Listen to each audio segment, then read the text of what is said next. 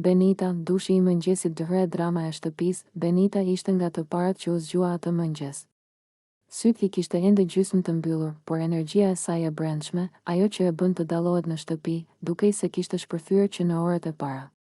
Pa thënë asnjë fjalë, ajo mori peshirin, vuri kufjet në vesh dhe u drejtua qetësisht drejt dushit. Në momentin që u fut brenda, uji I ngrohtë filloi të bjerë mbi të si një perde qetësie, duke shkëlqyer në lëkurën e saj. Lëvizjet e Benitës ishin elegante, të qeta, të sigurta, një ritual I përditshëm që I jepte qetësi dhe vetbesim. Ajo dukej sikur haroi kamerat, haroi garën, haroi gjithçka për pak minuta.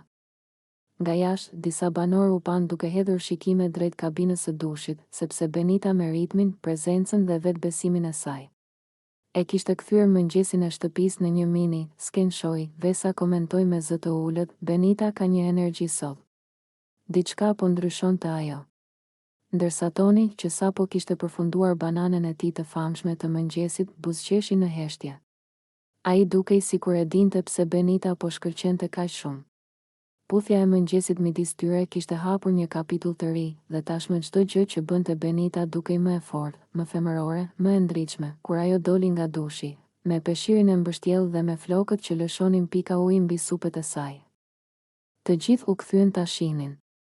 Benita ecte me një vetbesim të ri, një vetbesim që shtëpia nuk ja kishte parë më parë. Një ditë e re kishte nisur, dhe një Benitë e re po lindte. Ndërkohë, romanca e saj me Tonin po ndiste thashetheme dhe intrigat që sapo kishin nisur.